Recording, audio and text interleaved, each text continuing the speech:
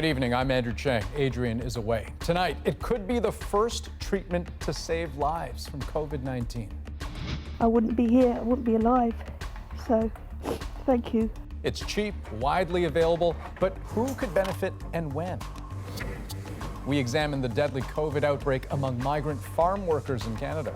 Nobody should be left to contend with conditions like that. Now, Mexico is threatening to step in to protect their workers from conditions here. After a public denial that systemic racism exists, Canada's first Black Governor General fires back. The denial becomes part, of the problem. A CBC News exclusive. And inside Ontario's deadliest long-term care outbreak, a whistleblower speaks out. Were residents being fed? No. Really? Staffing shortages, malnutrition, and a home that was offered help and turned it down. Do you feel today that Orchard Villa was invested in saving your dad's life? I can't say yes. A CBC News investigation. This is The National.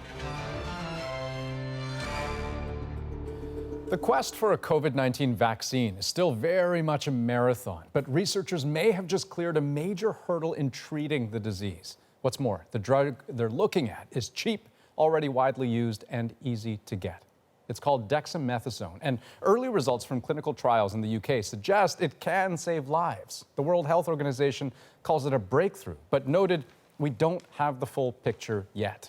Because the thing is, we have seen explosions of optimism about other possible COVID-19 treatments, only for those hopes to fizzle. So, Christine Birak looks at whether dexamethasone could live up to expectations. For the sickest COVID-19 patients who are no longer able to breathe on their own, the drug dexamethasone offers a glimmer of hope. This is the first medicine that's been shown to reduce death in any group with COVID, and that's the start of something. In a large clinical trial, UK scientists gave 2,000 COVID-19 patients a low dose of dexamethasone. Results suggest the drug saved 1 life for every 8 patients on a ventilator and saved 1 life for every 25 receiving oxygen. But I'm just eternally grateful and will be for the rest of my life. Catherine Milbank spent 12 agonizing days on a ventilator before receiving the drug. She left the hospital on her 55th birthday.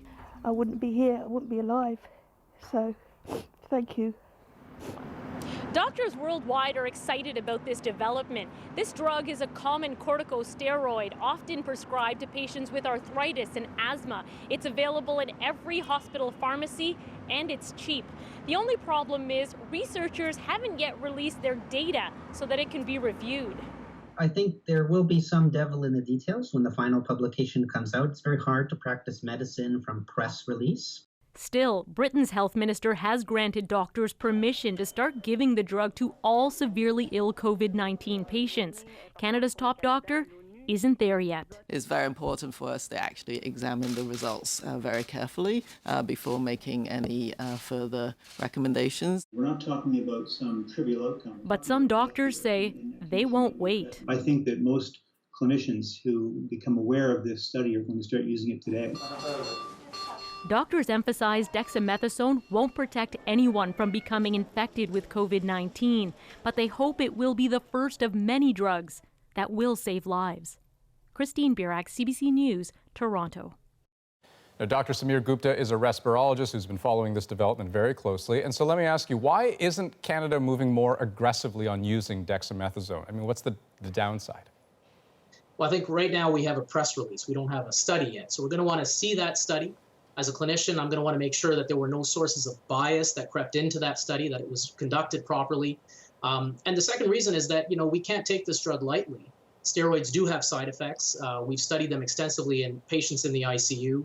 They cause patients' sugars to go up. They cause a loss of muscle mass. They cause people to become confused in the ICU. They also, over time, quite ironically, predispose to other infections. So if the effect size is what it is, then we would put those side effects aside. But we want to know that for sure. We want to see the trial. So then what is your best guess then as to a timeline for when we would see this used more widely in Canada? I think very likely, Andrew, we're going to see this used widely the day the trial comes out. The reality is that we're desperate right now. People are using drugs like remdesivir, tocilizumab, in many cases what we call off-label, so we don't have the indication, we don't have strong trial data. Here we have a drug that apparently is showing a benefit in terms of mortality, which none of the other drugs have done so far, and in the sickest patients, patients in the ICU on a ventilator. And those are the patients we're desperate to help. 40% of those people are dying. Right. If we can affect that mortality rate, we're going to be using this overnight. Dr. Gupta, very good to talk to you. Thank you. And you, thank you. The Canadian Emergency Response Benefit is being extended by 8 weeks. There are many, many more people out of work, willing to work, than there are jobs available. And that'll be the story for the coming weeks as well. More than 8 million Canadians are collecting payments under the CERB, and it is not the only measure being extended. Canada and the United States have once again agreed to extend by 30 days until July 21st the current measures in place along our border. So the border will remain closed, as it has since March, to all but essential workers and commercial traffic, though the rules did relax slightly last week when Ottawa announced some immediate family members who'd been separated by the restrictions would be allowed to cross. Well, Mexico may stop some farm workers from coming to Canada this summer. 2 Mexican temporary workers have died of COVID-19, and as Olivia Stefanovic tells us, hundreds have become infected here. This cell phone video, taken at an undisclosed location, shows the cramped quarters some of Canada's temporary foreign workers are forced to endure. 12 workers bunked in a room, their beds only separated by thin pieces of cardboard. No space for physical distancing here. Nobody should be left to contend with conditions like that. Human rights lawyer Shane Martinez posted the video online after news hundreds of Mexican migrant farm workers tested positive for COVID-19. 2 of them died. When a worker gets sick, their employer is supposed to take them to the hospital immediately. Unfortunately, that is not always happening. I spoke with President López Obrador just a couple of days ago. We touched on this topic. I shared my sympathies and condolences. The Prime Minister acknowledged the situation needs to change in the short and long term. We can even look at things like pathways towards citizenship that could give people more rights. In the meantime, the federal government is working closely with Ontario, the province with the vast majority of seasonal farm workers. But the Premier says testing has been a challenge. I understand the farmers are nervous, the workers are nervous. They get tested, they don't get paid. So we're doing everything we can to make sure we connect everyone together. A testing center was set up last week, and today plans announced to expand an isolation center at a local motel for migrants who get positive results. But now Mexico is considering stopping some seasonal farm workers from coming to Canada. Still, Mexico's president posted a video thanking Trudeau for expressing condolences and offered reassurance the relationship between the 2 countries remains strong. Olivia Stefanovic, CBC News, Ottawa. Now, as time goes on, we've come to understand the impact of COVID-19 on our physical health, but the mental toll. Researchers at Canada's top psychiatric hospital are studying COVID-19's effects. Joanna Remiliotis shares some of what they've found. The sun and the song might have something to do with it. Deandra Henry says everything just feels lighter. As I'm getting outside more, as I'm seeing more people, I definitely feel less anxiousness right now. New research suggests Canadians in general are feeling that way, compared to even just a few weeks ago. I was scared to go outside for the first few weeks for sure, but I'm definitely feeling a lot better now. It has been an invisible pandemic, the mental health toll, and why Canada's leading mental health hospital is trying to track it. CAMH is analyzing surveys of 2,000 people taken since early May. So far, it's found a drop in moderate to severe anxiety, 21% compared to 25% 3 weeks ago. Other markers, from binge drinking to depression, hover at similar rates. It's possible that people are really adjusting to the pandemic and they're getting more relaxed and less stressed. Adjusting was tough for Stacey Ann Buchanan. She's battled anxiety for years and always managed it by keeping busy as an actress and a mental health activist.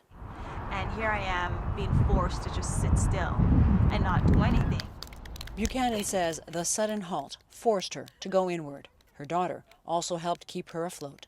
I found myself in a different space that is a bit more peaceful.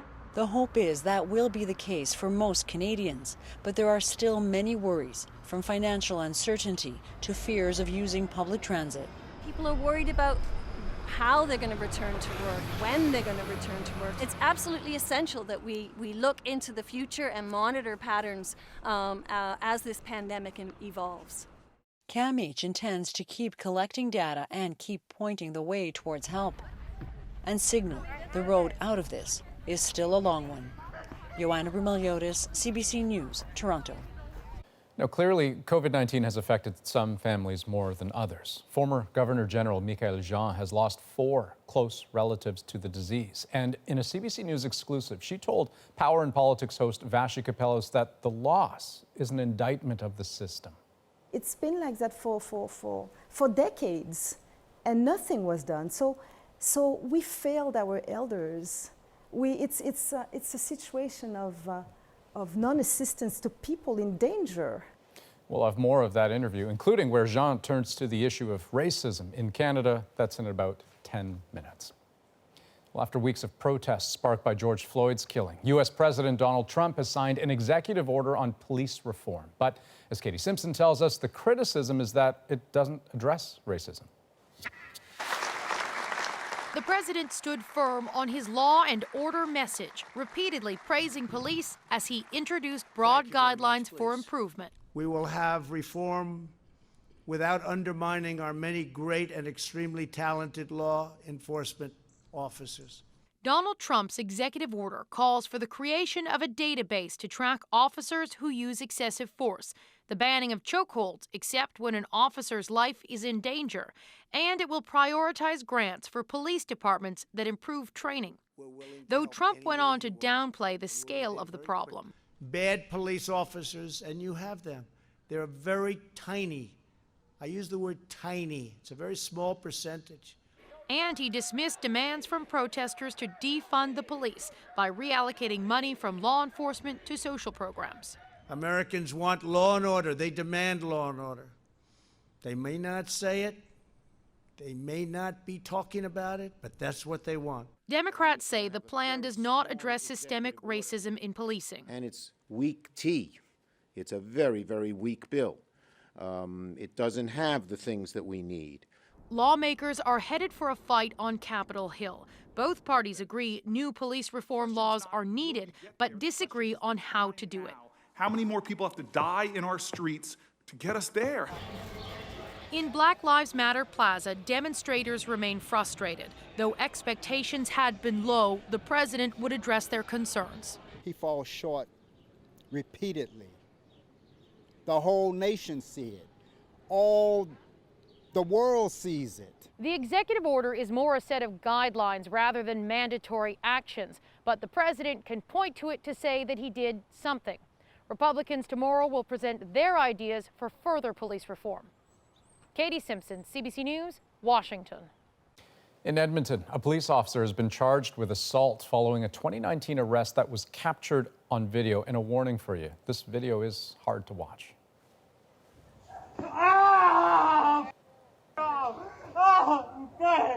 Okay. An Indigenous man named Elliot McLeod was under arrest, lying on the ground, when an officer walked up to him and drove a knee into his back. Constable Michael Partington is now facing charges and has been removed from duty without pay. McLeod also alleged he was assaulted by the officers again a short time later. Now, McLeod is currently in custody, awaiting trial on an unrelated second-degree murder charge. Over the past 24 hours, a racist video made by 2 teen girls from the West Island suburbs of Montreal has exploded across the internet. Now, it prompted their school and even police to investigate. As minors, CBC News is not identifying them. Alison Northcott, though, looks at the outrage and the conversation the video has raised. It's not clear how long ago the disturbing and racist video was made or who posted it online. Teens in blackface, the repeated use of the N-word, it's been widely shared in recent days, prompting outrage. I was not able to get through the whole video. I was quite disturbed. Kemba Mitchell says the fact it was made by 2 teenagers in her community points to a serious underlying problem. It tells me that there's a lot more work to be done. Definitely could support our community when the kids go to school and educate them in the right manner. So there's a lot of work to be done. Montreal police launched an investigation but say there were no grounds for charges. Thousands are calling for the girls to be expelled from school. Their school board says that could be an option. Just being in that space with... For Allison Saunders, a parent on the West Island, the video is unacceptable. But she's also troubled by talk of retribution against the girls online and by what's not being said. How are you arming your child to be able to have a voice, to stand against a person who wants them to go down that path, to make that video? How are you helping them not do that? And that's not the conversation we're having. Saunders' 15-year-old son says the video should be a wake-up call. It's been reshared so many times that everyone knows about this, and that it should just be now people know, just don't do something like this. His friend Amina Farah says the teens behind it should face consequences and hopes all of this leads to education and understanding. We should have more conversations about white privilege, because it's what lets people get away with things that they say. It's what lets people think, oh, I can say this and it'll be fine, but it's not fine. Another video that appears to be an apology from one of the girls is also circulating, but it hasn't erased the anger. Alison Northcott, CBC News, Montreal. Now, among the other stories we are following tonight, Canada's Cyclone helicopters will soon return to service. I have full confidence in our personnel at 12 Wing Shearwater and in their ability to resume flying activities in a safe manner. The fleet was grounded after a crash off the coast of Greece killed 6 military members. Investigators say it wasn't a mechanical error that downed the helicopter, but a combination of the flight computer settings and inputs by the pilots. The families of the victims of Flight 752 are renewing calls for answers from Iran. 55 Canadians, along with 30 permanent residents, were among the 176 people killed when the plane was shot down. Relatives are pushing Ottawa to do more to hold Iran accountable. We need more international pressure and more pressure from Canadian government to enforce Iran to comply with the obligations.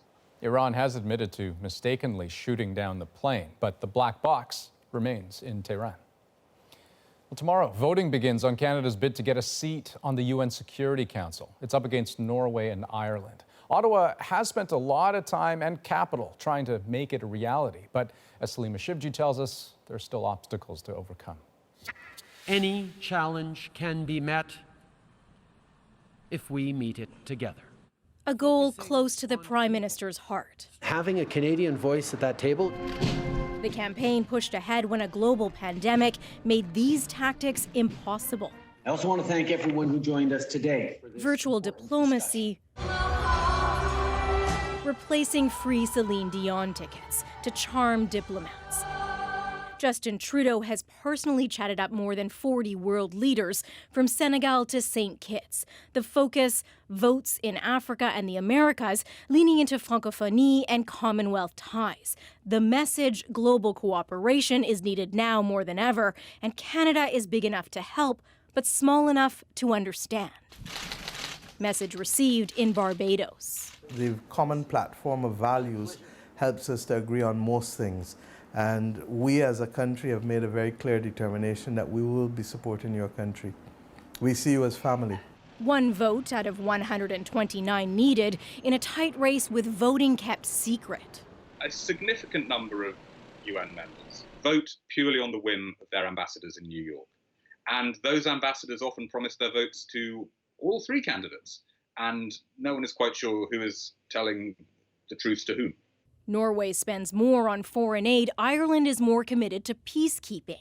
And Canada has had to fend off criticism its votes on the Middle East skew pro-Israel. The Prime Minister's message is consistent. A seat at this table means influence.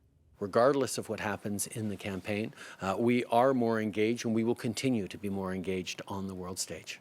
That may be laying the groundwork for defeat, even if the official word is still cautious optimism. The push is frantic to avoid what would be seen as a blow to this government. Salima Shivji, CBC News, Ottawa. Well, a beloved Canadian TV personality is telling his story about battling systemic racism. You think that Body Break was started because of fitness. Well, it wasn't. It was started to combat racism. Up next, how Hal Johnson had to fight to get Body Break on the air 3 decades ago. And a CBC News investigation. A whistleblower speaks out about what was happening as 78 people died inside an Ontario seniors' home. Had you ever seen anything as bad as that in your life? No. Staffing shortages, malnourished residents, and families begging for answers. We're back in 2.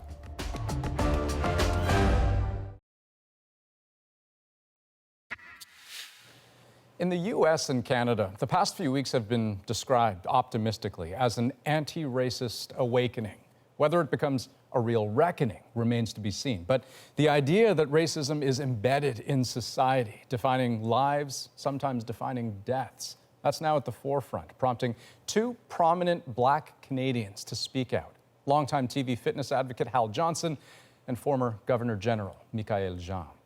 Now, host of CBC News' Power and Politics, Vashi Capello, spoke to Jean in an exclusive interview earlier today, the former Governor General opening up about Canadian leadership now, as well as her own past. Michael Jean doesn't mince words on systemic racism in Canada. But the denial becomes part, of the problem. Jean, the first and only Black Governor General in this country's history, is reacting to recent and very public struggles with both the definition of systemic racism and the admission it exists. From the commissioner of the RCMP, I've honestly heard about 15 or 20 definitions of systemic racism, to the premier of Quebec. I don't see a system, an organized system. He comes from the private sector. Hasn't he noticed that in some occasions boardrooms or events, bringing together the business community, sometimes there was probably one Black person in the room? Doesn't that speak loudly of a situation? And not taking the time to listen, not taking the time to even engage in a conversation, to share how people who are affected by it live it, is, I find, to an extent, very irresponsible. Jean says she's lived it many times, including when she interviewed for a job at Radio-Canada, the French language service of the CBC. It was really conducted on the basis of my race. They were asking me, do you think you can really integrate? And on purpose, I forced that person to repeat that question several times because I just pretended I didn't understand. And then, he lost patience and he said, well, you have to realize you'll be the first Black person in the newsroom. So I stood and I said, you know what? I think we're going to stop that conversation right here. I think there's a problem, and I'm not a problem. The problem is on your side. Jean says that's just one of many examples throughout her life, experiences that underscore why she says Legault is wrong. But she's hopeful things are changing. We've had enough of this. Vashi Capellos, CBC News, Ottawa. Now, Michael Jean is far from being the only Black Canadian to have had bad experiences in Canada's broadcasting industry. Hal Johnson has been a household name for decades, but today, in a deeply personal YouTube video, he described racism he faced early in his career and how he triumphed over it. You think that Body Break was started because of fitness. Well, it wasn't. It was started to combat racism. It happened back in April of 1988. And I wanted to be a sports reporter, and I went to TSN, and they were very open to see me. I went in and submitted my tape. They loved it.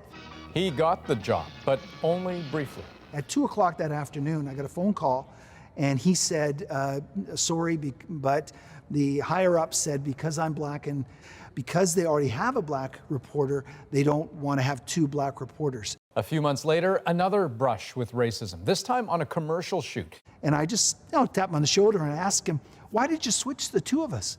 And he said, well, he laughed.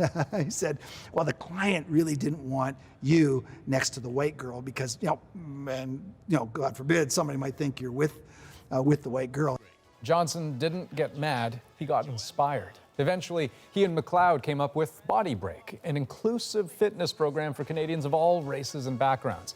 They pitched it to TSN, who said this. The problem is you're black and the young lady, I remember him saying, the young lady is white. And so we don't think the Canadian public is ready for a black and white couple together. Today, in a statement, TSN apologized to Johnson for the racism he experienced and said it recognizes there's still much to do. Well, next on The National, we continue our in-depth look at the tragedy unfolding in Canada's long-term care homes. I said, "Hi, Dad, it's me." But I could tell something was very wrong. Next, what was happening inside Ontario's Orchard Villa as 78 residents died from COVID-19? Families tell us they raised the alarm. He was severely dehydrated and malnourished. The trust has been broken. A CBC News investigation right after this.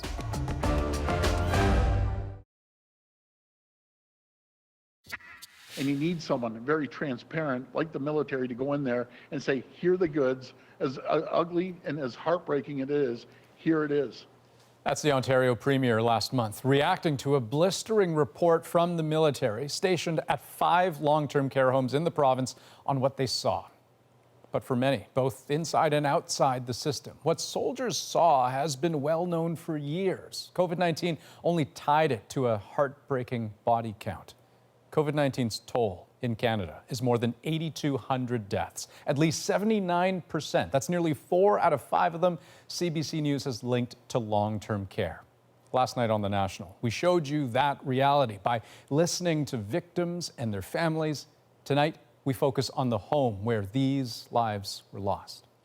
It's a home with Ontario's highest death toll from COVID-19, 78 deaths. It's under new scrutiny, too, now that CBC News has revealed actions family members and sources inside say should have been taken to save lives. David Common takes us behind closed doors at Orchard Villa. The dozens of dead at Orchard Villa can no longer be saved, but there remain questions about whether they might have lived. Using exclusive hidden camera, a whistleblower on the ground, and the government's own inspections, we can show the home was in danger long before the virus hit. It would take hours for that place to become a disaster zone. Kathy Parks is now trying to piece together the final days of her father's life. Like other homes, Orchard Villa closed its doors to outsiders in March, so Kathy's only connection to her dad, Paul, was through a phone in his room. I said, "Hi, Dad, it's me." I could tell something was very wrong. His weak voice suggested COVID was now inside. I spent the entire day trying to call staff. Couldn't get anyone. It took hours of calling to reach an employee inside. I said, how are things with you? And he said, it's not good. There's no staff. He said, we don't have any PPE. He sounded exhausted. And I said, what can I do? And he said, I don't know. Kathy sounds the alarm in writing to the Premier and Health Minister, repeating to the Mayor Orchard Villa needs support staff and PPE, and they need these things immediately. But the Mayor's office reports Orchard Villa says it doesn't need the help, telling Kathy the home says it got more staff in and has enough PPE at this time. Even now, the home says it accepted offers of assistance early and often and say they were never short of PPE, contrary to claims made by staff inside. Back then, Kathy wasn't convinced. Gets a staffer to bring her dad to the window. I knew as soon as I saw him, Dad's not okay. He's really, really not okay. Kathy wants him rescued. She calls the hospital with a question. If this is the state that he's in, will you take him? Yes, we will. Okay, thank you so much. Then I called and I got the assistant director of care at Orchard Villa. And I said, what's going on with my dad? Well, your dad's fine. As a matter of fact, he sat up and ate 75% of his lunch today. And I thought, that's not possible. I was there at 12:05 at lunchtime. He was comatose. So I said, I'd like to send him to the hospital. No, you don't want to do that. You can't do that. And I said, yes, I can. I've just called the hospital. They said they'll take him. No, they won't. They're lying to you. That sounded odd to us, and so we called the hospital ourselves. Lake Ridge Health tells us they have always been willing to accept patients, including those from long-term care homes. But 2 months ago, Kathy wasn't sure who was right. She decides within hours to call for an ambulance. Before she does, The home calls her. And said, Paul Parks has died. When are you coming to get his body, and when will you be collecting his things? Had you ever seen anything as bad as that in your life? No. Honestly, no. This healthcare worker on the inside tells us staff shortages had overwhelmed the home.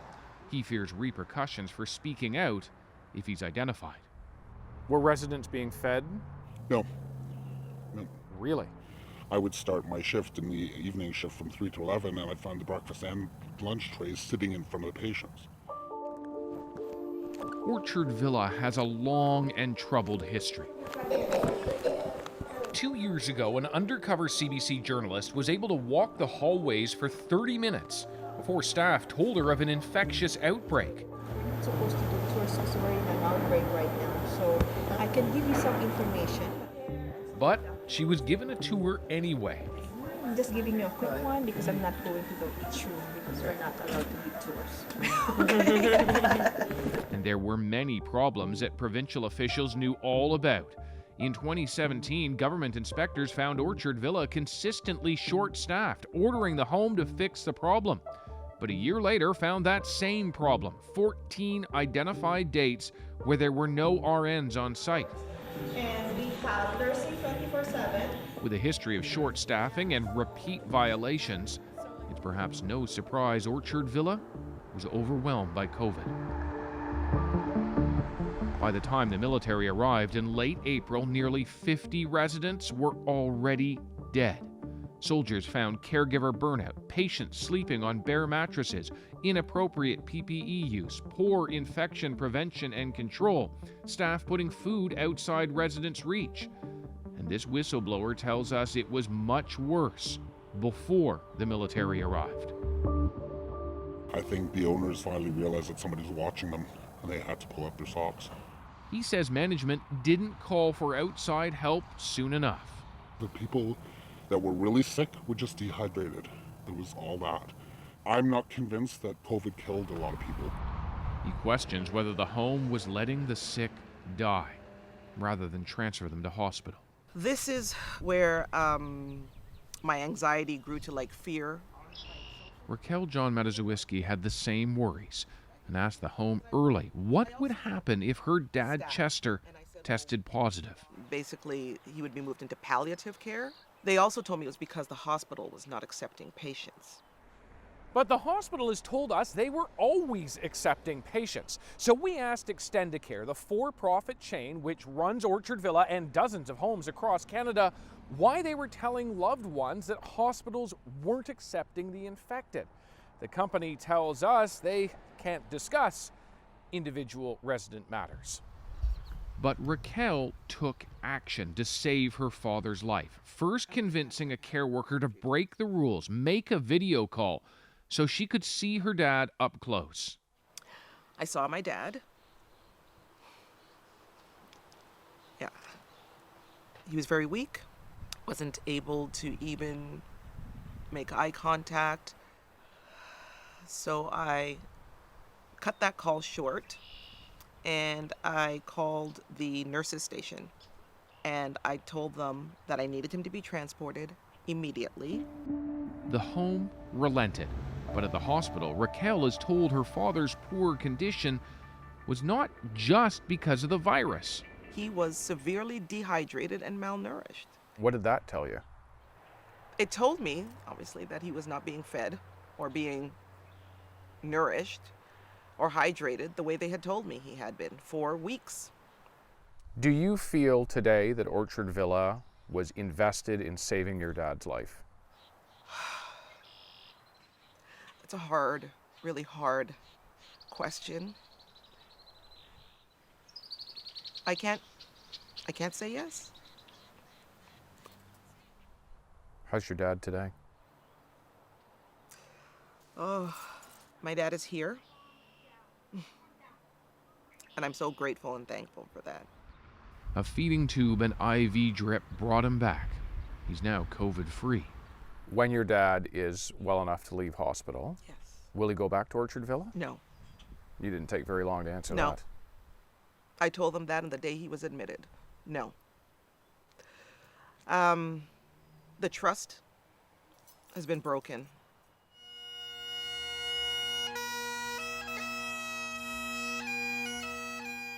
That is a common theme for families gathering outside Orchard Villa, Ruth Kramer, Jack Farron, calling out the names of the lost. Mary Walsh, Angela Skrillex.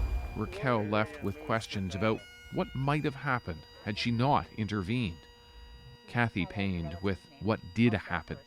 Paul Parks. And whether her dad might have been saved.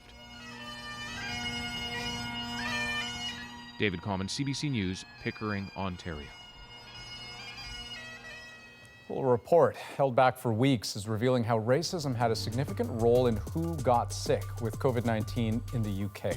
We have to seize this to look at those deep-seated inequalities.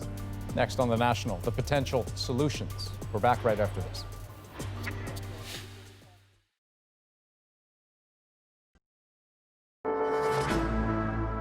If you don't have a car and public transit isn't convenient, then Ubers, taxis, and Lyfts will be another option for you. But if you've been hesitant to hop in, what should you expect? So it is now mandatory when riding in a Lyft for both the driver and passenger to be wearing a face mask. That's the first big thing. Both you and the driver will need to agree to that condition through the app before the ride can even happen. Obviously, you should both also be symptom-free. Once you're inside, every major company basically has the same rules. Passengers in back, windows down ideally, and depending on the driver, maybe a smaller cap on the number of people who can be inside the vehicle at one time. So even a family of 4 should check before getting in. Now you might be wondering, what are the chances of the previous passenger getting me sick? Well, there's no evidence of the virus lingering in the air. Also, drivers are wiping down their vehicles at least once a day. Hamed, how often would you say you wipe down your vehicle? After each customer. After each customer, so all the high-touch surfaces. But the thing is, don't rely on that, so touch as little as possible. After you get out, wash your hands, and one last thing. The system only works if both the driver and the passenger protect each other. So if either of you breaks the rules, feedback is key. We added a very specific feedback tag, which just says my driver was not wearing a mask. They can easily select that and submit that. Break the rules more than once, and you could be blacklisted altogether. Stay safe. Well, in Paris, a peaceful demonstration by healthcare workers became violent after police say fringe groups infiltrated.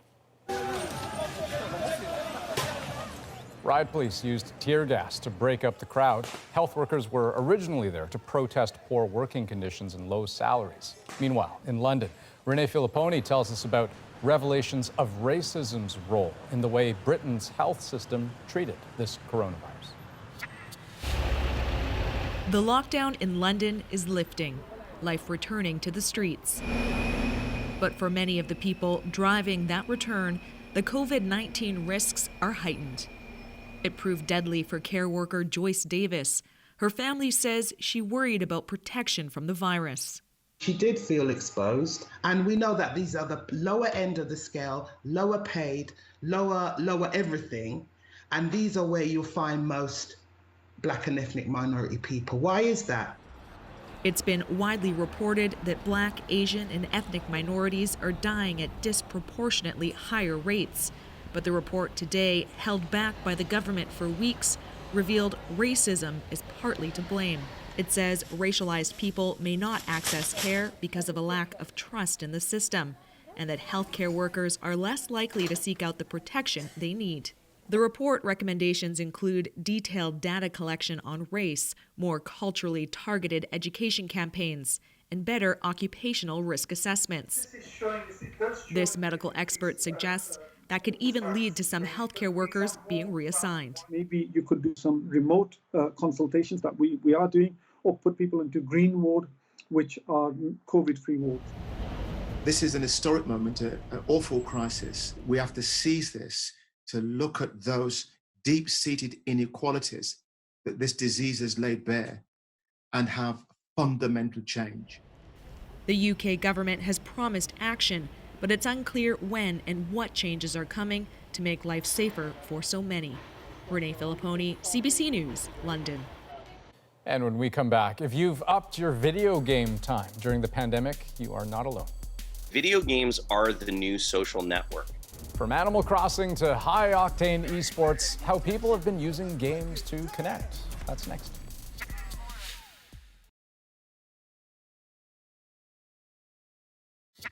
We are comfortable with moving forward on an NHL hub in one of 3 Canadian cities that are asking for it. Those cities are Edmonton, Toronto, and Vancouver. The NHL wants 24 teams to operate out of just 2 cities and is considering at least 10 potential sites. Justin Trudeau says Canada is open to the idea as long as it's okay by the local health authorities. And one of the world's biggest tennis tournaments is going ahead this summer. The US Open will be held in Queens starting on August 31st, but one big change, no fans allowed. They'll have to watch on TV instead. The US Tennis Association called putting on the event a tremendous responsibility and vowed to mitigate all potential risks. Well, as traditional sports leagues navigate this new normal, esports and video games are booming. They're a pretty safe form of entertainment, after all, and for some, a source of connection, too. Bonnie Allen has that story. Did you get them both? Steve Vomaka and his 10-year-old son Harley don't live together, but they spend a lot of time together online playing video games. That's how him and I connect. Now, more than ever, schools are closed and Vomaka lost his job due to the pandemic. Like after the layoff happened, it's now like I wake up in the morning, I play some video games while I'm eating breakfast, do a quick workout, more video games, so it happens a lot. Game companies are reporting record sales since the pandemic started. That's $10.5 billion worldwide in April alone. As people have been forced indoors, usage has skyrocketed. This global gaming network is reporting a 20 to 40% surge in traffic on its websites and YouTube channels. Video games are the new social network. It's how you make friends. It's how you connect with your friends. Every night. Competitive gaming, also known as esports, has been rapidly expanding in recent years. These in-person tournaments have come to a halt. But unlike traditional sports, esports can stage online tournaments and still flourish. That's what Travis Letwinick is banking on. There's a lot of room for growth for esports. The 24-year-old gamer is so good he won a scholarship 2 years ago to play varsity esports at a Pennsylvania university. But now he's trying to go pro. I dropped out of university to pursue it, so I kind of got to give it my best. Steve Vomaka's aspirations are more simple. He's taking classes to find a new job and, like many people, getting outside more. But still plans to carve out enough playing time to relax and connect with his son. Yes, Harley, good job! Bonnie Allen, CBC News, Regina. Good one, Harley. Okay, next on The National, 3 Ontario teens hear a cry for help and spring into action. She starts screaming like help. She's like in panic mode too. A rescue story in our moment.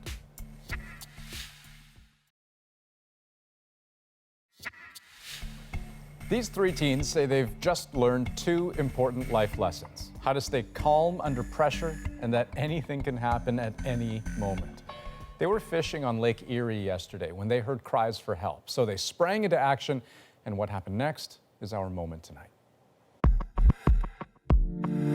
We go out fishing on the bay and we're fishing for like an hour or so, and then we come in and we feel like we hear someone screaming in the background for help or something. The girl she's paddleboarding up to us and she's screaming for help. She's like in panic mode too, like she can barely speak, and she's like my brothers and her friend like canoe flipped.